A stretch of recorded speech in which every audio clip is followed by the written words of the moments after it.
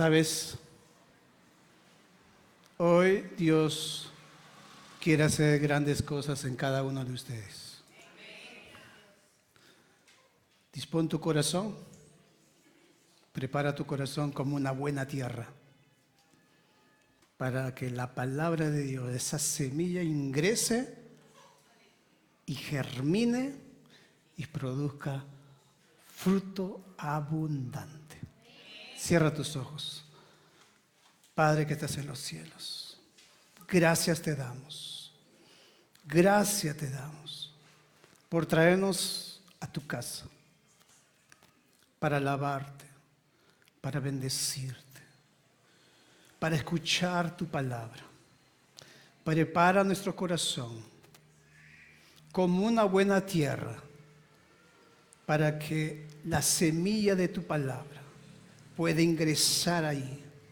Comienza a germinar, comienza a crecer y dé mucho fruto, fruto que te dé la gloria a ti. En el nombre de Cristo Jesús. Amén. ¿A cuántos les gustan los regalos? ¿Les gustan los regalos? ¿Los regalos son gratuitos o hay que pagar? Hoy vamos a ver los regalos más valiosos. Abra su Biblia en 2 de Corintios capítulo 13, versículo 14. Dice la palabra de Dios. ¿Llegaron? Llegaron 2, 3, 4, 5, 6. Muy bien, leamos lo que dice la palabra de Dios, 2 de Corintios 13, 14. La gracia del Señor Jesucristo, el amor de Dios y la comunión del Espíritu Santo sea con todos vosotros. Amén. El primer regalo que el Señor nos quiere dar es la gracia. La gracia. ¿Por qué nos quiere dar la gracia? Porque el hombre es un pecador. Romanos 3:23 dice: por cuanto todos pecaron, están destituidos de la gloria de Dios. Todos somos pecadores. Y al ser pecador, dice la palabra, estamos separados, alejados de la gloria de Dios. Este es el año de ver la gloria de Dios. El pecado nos aleja de esa gloria. Sin embargo, el Señor Jesús nos quiere dar la gracia, ese regalo de la salvación. Y es por eso que Él dio su vida en la cruz del Calvario. Él derramó su sangre por nuestros pecados. Nosotros merecimos morir en esa cruz, pero Él tomó nuestro lugar. Por eso dice en Romanos 5:8, mas Dios muestra su amor para con nosotros en que siendo aún pecadores, Cristo murió por nosotros. A pesar que no había nada bueno, nadie se puede justificar diciendo yo soy bueno, yo soy buenito. No, no hay nadie, dice la palabra de Dios. No hay ni siquiera un justo. Todos estamos destituidos de la gloria de Dios. Pero siendo aún pecadores, Cristo, Jesús, murió por nosotros. Él, a través de ese sacrificio expiatorio en la cruz del Calvario, Él nos ofrece el perdón, la salvación, la vida eterna. Eso es gracia. Es diferente a la misericordia. La misericordia es que tú no recibas lo que mereces. Eso es misericordia. Le doy un ejemplo. Soy un conductor. Voy con el auto por una zona donde dice una señal de tránsito, 50 kilómetros por hora. Pero yo voy a 80, estoy apurado, a 80 kilómetros por hora. Y un policía de tránsito me detiene y me dice: señor, usted ha cometido una infracción. Usted ha circulado por esa vía a una velocidad prohibida. Usted solamente puede conducir a 50 kilómetros, pero usted ha ido a 80. Por lo tanto, merece una sanción, un castigo, una multa, una papeleta. Si él me da la papeleta, eso es justo. Soy un infractor, soy culpable. Pero si él me dice: perdono el castigo, no le voy a aplicar la papeleta, no le voy a sancionar, eso se llama misericordia. ¿Qué es la gracia? La gracia es que el policía no me ponga la papeleta, no me sancione, no me castigue, pero además me dé $10,000. Me da $10,000. Eso es gracia. Recibir lo que no merezco. Tú has recibido lo que no merecías: la salvación, la vida eterna.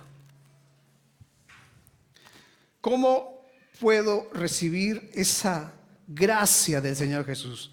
En Efesios 2:8 dice: somos salvos por gracia, por medio de la fe. Necesitas la fe para creer en ese sacrificio, que Cristo Jesús murió en esa cruz, no porque era odiado por los judíos, los romanos lo permitieron, no. Él murió por mis pecados, por tus pecados. Dice la palabra de Dios también en Romanos 10, versículo 9, 10, dice: si confesares con tu boca que Jesús es el Señor y creyeres en tu corazón que Dios le levantó de los muertos, serás salvo. Tienes que confesar que el Señor Jesús es ahora el Señor de tu vida y creer que Dios lo levantó de entre los muertos. Que no es una fábula, que no es una historia más, sino es lo que realmente ocurrió. Es la verdad de la palabra de nuestro Dios. Pero muchos pueden sentirse indignos. No, yo soy tan malo, he matado tanta gente, he hecho cosas abominables, no merezco el perdón ni de mi papá, ni de mi mamá, menos de Dios. ¿Cómo estará avergonzado de mí?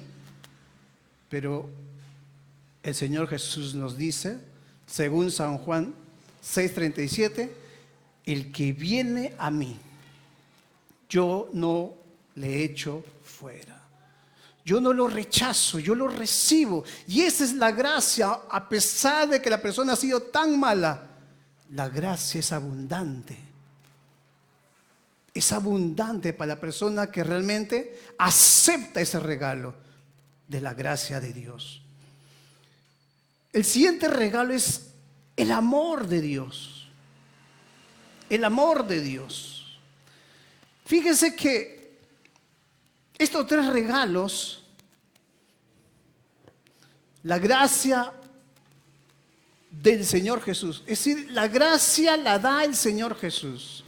El amor lo da Dios, el Padre. El amor lo da Dios, el Padre. Muchos han nacido, a otros han vivido con la ausencia de un padre o de una madre. Y esa ausencia muchas veces los ha llevado a llenar con las cosas de este mundo. Algunos van al dinero, otros van a los placeres sexuales y otros van a buscar reconocimiento, fama. Detrás de eso está el orgullo. Sin embargo, la palabra de Dios en 1 de Juan 2:15 dice ahí: no améis al mundo ni las cosas que están en el mundo. Si alguno ama al mundo, si alguno ama las cosas de este mundo, ¿por qué lo hace? ¿Por qué la gente ama las cosas de este mundo? Ama el dinero, ama los placeres, ama el buscar el reconocimiento, la fama, el tener seguidores, el tener muchas cosas. Es porque el amor del Padre no está en él. Aún no ha recibido el amor de Dios en su vida. El amor de Dios es todo lo que tú necesitas. Aunque tú hayas vivido con tus padres, pero no has recibido su cariño. Aunque tú has sido abandonado o dejado en una casa, en la calle, Dios, como dice su palabra en Salmo 27:10, aunque tu padre, aunque tu madre te hayan dejado, te hayan abandonado, pero el Señor Jesús, Él te recibe, Él te acepta, Él te da la potestad de que tú seas hijo de Dios. Como dice San Juan 1:12, mas a todos los que le recibieron, todos los que reciben al Señor Jesús como su Señor y Salvador y creen en ese nombre poderoso, se les concede, se les da la potestad de ser hechos, de ser llamados hijos de Dios. ¿Por qué? Porque el mismo Espíritu de Dios también va a dar testimonio en tu vida de que tú eres hijo de Dios, como dice Romanos 8:16. Que el mismo Espíritu da testimonio a nuestro espíritu de que somos hijos de Dios. ¿Tú te sientes hijo de Dios? Tú te puedes acercar a Dios con esa sinceridad y decirle: Padre nuestro, que estás en los cielos. Solamente es el Espíritu de Dios quien nos da esa convicción. Algunos dicen: no, yo le digo por respeto, le digo Diosito, Diosito. Pero Dios quiere que tú le llames Padre. El Señor Jesús enseñó a sus discípulos: díganle Padre nuestro, Padre mío. El tercer regalo es el don del Espíritu Santo, es la comunión. La comunión. El Espíritu Santo nos quiere dar esa comunión. Tú has recibido la gracia, has recibido su amor. El Espíritu Santo quiere darnos esa comunión. Dice: y la comunión le pertenece al Espíritu Santo, es del Espíritu Santo, pero Él nos la quiere dar, porque dice al final: todos la tengan, sea con todos. La comunión, la gracia, el amor es para todos. La comunión del Espíritu Santo no es para algunos, para los que son espirituales, para los que son pentecostales o para los que son carismáticos. Es para todos. No solamente, no, esto es para el líder, para el pastor o para el hombre de Dios. No, es para todos. Santiago 4:5 dice que el Espíritu Santo que mora en nosotros, Él nos anhela. Él nos anhela intensamente. Nosotros, que tenemos una naturaleza caída, muchas veces no busca a Dios. El hombre natural no busca a Dios. ¿Quién vino aquí a la iglesia porque quería más de Dios? La mayoría vino porque estaba en problemas, tenía enfermedades, estaba en un problema tan difícil. Nadie busca a Dios por sí solo. Todos somos llevados por Él.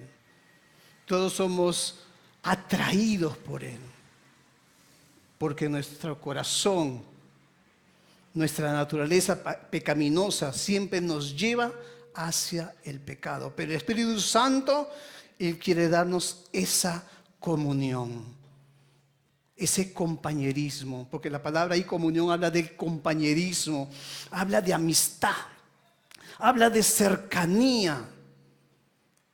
Y debemos de recordar que el Espíritu Santo fue el consolador que el Señor Jesús prometió. Voy a enviar otro consolador, otro similar a mí. Y ese fue el Espíritu Santo. El Espíritu Santo no es más ni menos que el Señor Jesús. Ambos son Dios. Ambos están en todo lugar. El Espíritu Santo no es algo. El Espíritu Santo es una persona que habla, que guía, se contrista, que enseña. Nosotros podemos ver cómo aún el mismo Señor Jesús, cuando estaba con sus discípulos, cómo era ese compañerismo, cómo era esa comunión con ellos. Era una comunión 2 veces a la semana. Era una comunión de, bueno, Jesús, nos vemos el domingo y todos los domingos. ¿Cómo era esa comunión del Señor Jesús con sus discípulos? En Mateo 26, 7, 3, dice que un poco después, acercándose los que por allí estaban, dijeron a Pedro. Aquí está hablando de un grupo de hombres que habían apresado al Señor Jesús, lo estaban maltratando y vieron que Pedro estaba allí, en ese grupo. De tal manera que ellos dijeron, un momento, tú eres un seguidor de Jesús, tú eres uno de ellos. Rápidamente se dieron cuenta y dijeron, porque aún tu manera de hablar es diferente. Tu manera de hablar te delata que tú no eres como uno de nosotros. Tú no eres un mundano, tú eres un cristiano. Tu manera de hablar te delata. Porque tú paras diciendo, gloria a Dios, aleluya, en todo momento. Este no es de nosotros. Porque los discípulos estaban continuamente con el Señor Jesús. Aún los religiosos, según Hechos 4:13 dice que viendo los religiosos el denuedo de Pedro y de Juan, y sabiendo que ellos eran hombres sin educación, que no habían ido al colegio, eran analfabetos, se maravillaban y les reconocía que esos discípulos habían estado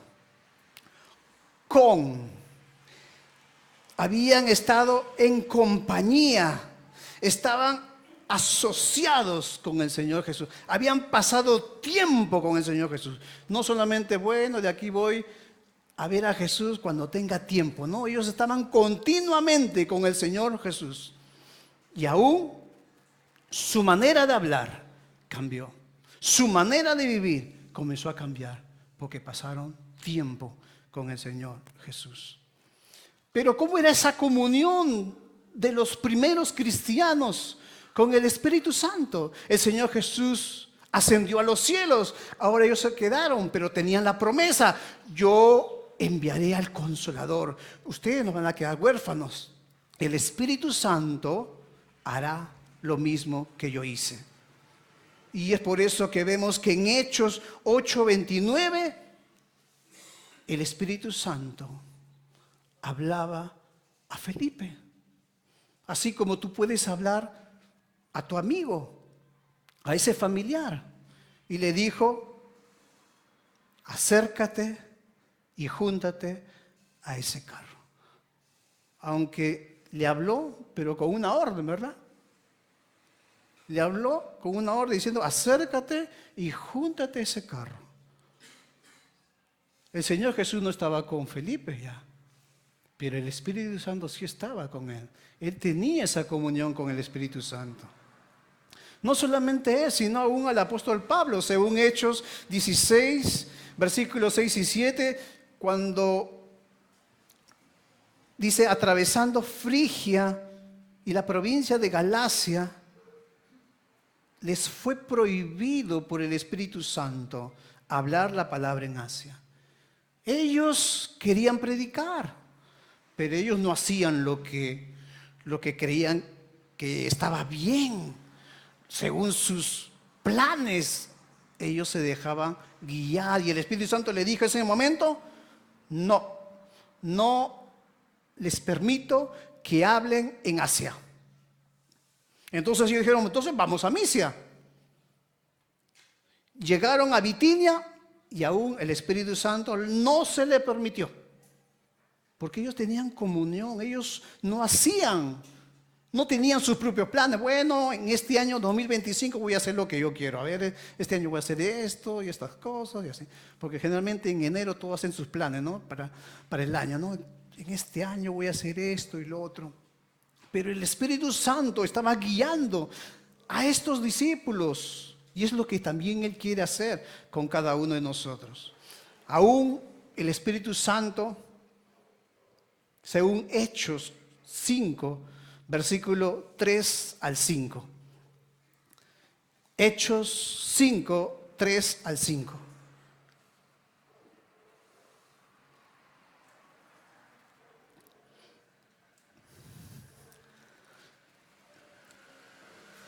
Los discípulos traían las bendiciones que habían recibido. Muchos vendían sus propiedades y uno de ellos, llamado Ananías, vendió una propiedad. Era mucho dinero. Y dijeron, es mucho, Zafira. Hay que dar un poquito nada más. Ok, me parece muy bien. Se pusieron de acuerdo los esposos. Y llevaron solamente una parte. Dicho sea de paso, no estaban obligados a hacer eso. Si querían, llevaban, o si quieren, no. Pero ellos fueron así a la iglesia. Y cuando Pedro lo ve, Ananías le dice, Ananías, ¿por qué, Ananías? ¿Por qué llenó Satanás tu corazón para que mintieses al Espíritu Santo? Pedro estaba diciendo, Ananías, quizás aquí no está el Señor Jesús, pero aquí está el Espíritu Santo. Su presencia está aquí, Ananías. Y tú has dicho que eso es todo el dinero producto de la venta. Y es una mentira. ¿Cómo puedes tú mentir al Espíritu Santo? ¿Tú crees que no te vio? Es decir, los primeros discípulos vivían esa comunión con el Espíritu Santo. Y finalmente vemos cómo el Espíritu Santo tenía comunión con los primeros cristianos. En Hechos 15, 28, Hechos 15, 28, aquí la iglesia tuvo un problema de que algunos gentiles habían venido a la iglesia y muchos querían hacerles prohibiciones según la ley. Entonces Jacobo, el hermano del Señor Jesús, dice, muy bien, aquí hay que tomar una decisión, pero esa decisión no lo voy a tomar yo solo. Entonces dice, ha parecido bien al Espíritu Santo y a nosotros. Le pareció bien al Espíritu Santo. El Espíritu Santo nos está guiando. El Espíritu Santo nos está diciendo lo que tenemos que hacer. Nosotros somos apóstoles, pero nosotros no tomamos decisiones, está diciendo Jacobo. El Espíritu Santo nos ha indicado, nos ha mostrado que tenemos que hacer lo siguiente. Y ahora, ese regalo, esa comunión que el Espíritu Santo lo quiere hacer con nosotros en estos tiempos. ¿Cómo es esa comunión? ¿Cómo esa comunión se manifiesta en nuestras vidas? Muchas veces creemos que tenemos que hacer cosas, pero nos olvidamos de algo muy importante, que el Señor quiere nuestro corazón. Como le dijo a la iglesia de Éfeso, ¿verdad? Haces muchas cosas, pero has olvidado tu primer amor. Haces muchas cosas, pero ya no tienes comunión conmigo. Trabajas, pero no tienes comunión conmigo. Te esfuerzas, pero no tienes comunión conmigo. Porque el primer amor, ¿qué significa? Los que un día se enamoraron, los que un día estuvieron una enamorada. ¿Cómo era? ¿No pensabas en él o en ella todo el tiempo? ¿No querías verla? Ese es el primer amor. El anhelar estar con él. El anhelar estar en su presencia. En Mateo 4:19, aquí dice, si tú me sigues, tu vida será cambiada. Si tú sigues al Señor, si tú sigues en los caminos del Señor, tu vida será cambiada. Jesús le dijo a los discípulos, venid en pos de mí, y cuando ustedes vengan, ustedes me sigan, ustedes se convertirán en pescadores de hombres. Y eso es lo que pasó, porque ellos siguieron al Señor Jesús y su vida cambió. En 3 años y medio su vida cambió. En San Juan 15, versículo 4 al 5, dice ahí, permaneced en mí y yo en vosotros, como el pámpano no puede llevar fruto por sí mismo. Aquí el Señor nos llama a permanecer en Él. ¿Para qué? Para dar fruto.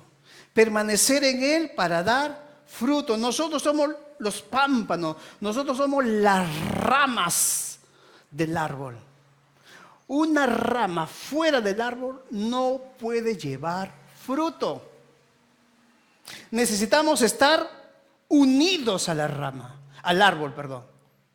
Y de esa manera daremos fruto. El Señor Jesús dijo en el versículo siguiente, versículo 5, yo soy la vid, ustedes son las ramas, ustedes son los pámpanos. El que permanece, el que está unido a mí, el que está en comunión conmigo y yo con él, este lleva fruto. Este lleva fruto. ¿Se dieron cuenta que no dice lleva mucho fruto, verdad? Sino dice lleva fruto. ¿A qué fruto se refiere? Al fruto del Espíritu Santo. Como dice Gálatas 5, 22 al 23. Si tú lo lees vas a darte cuenta que no son los frutos del Espíritu. Es el fruto del Espíritu. Y ese fruto tiene varias características: el amor, el gozo, la paz, la paciencia, la benignidad, la bondad, la fe, la mansedumbre, la templanza. Entonces, ese fruto es el resultado de tu comunión, de tu intimidad con Él. No te esfuerces por ser bueno, esfuérzate por tener comunión con el Espíritu Santo. Porque cuando tengas esa comunión, algo va a suceder en tu vida. Como dice San Juan 15:7, si ustedes permanecen en mí, tenemos que permanecer en Él. No podemos separarnos de Él. Pero también dice, y mis palabras y la palabra de Dios permanece en ti, la palabra de Dios mora en ti,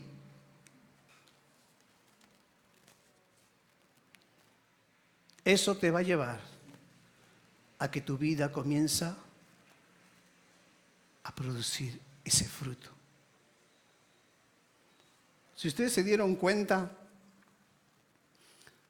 que el fruto del Espíritu Santo no son acciones, son actitudes. Las acciones los vemos en los 10 mandamientos, ¿no? No matarás, no harás imagen, no tomarás el nombre de Dios en vano. Pero aquí vemos actitud, el amor. En primer lugar, gozo, paz, paciencia. Muchos se esfuerzan por querer fe primero, pero sin embargo lo primero está el amor. Fe está casi al último, porque el amor, como dice en Corintios, si tengo el poder de hacer milagros, pero no tengo amor, ¿de qué sirve, no? ¿De qué sirve? ¿De qué sirve? Esa comunión con el Espíritu Santo, su palabra en nosotros, va a dar como resultado lo que dice Gálatas 2:20. El Espíritu Santo va a empezar a vivir, a manifestarse dentro de ti. Gálatas 2:20 dice, con Cristo estoy juntamente crucificado. Ya no vivo yo. Ya no vive María. Ya no vive Marta. Ya no vive Elizabeth. Sino Cristo vive en mí. Cristo vive en mí. Porque la palabra de Dios, la palabra, el verbo, ustedes saben lo que dice en Juan 1:1, dice que en el principio era el verbo. Y el verbo en el griego, ¿sabe qué significa? La palabra. Él es la palabra viviente. Por eso hay poder en la palabra cuando uno lo pronuncia, cuando uno lo habla. La palabra de Dios no tiene poder si está ahí encima del estante. La palabra de Dios tiene poder cuando es hablada, cuando es pronunciada. Ahí está el poder de Dios. ¿Sabes? Ese regalo de la comunión del Espíritu Santo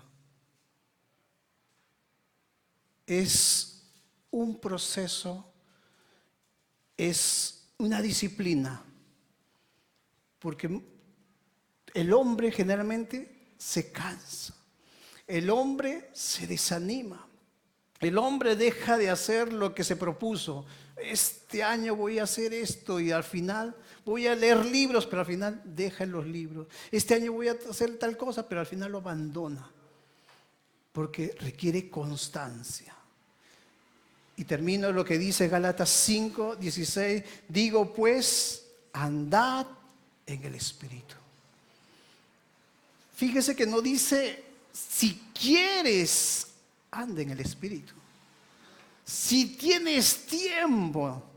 El apóstol Pablo está diciendo, es una necesidad andar, caminar, estar en comunión con Él.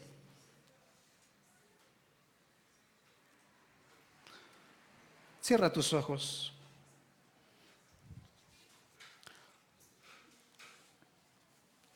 Cierra tus ojos.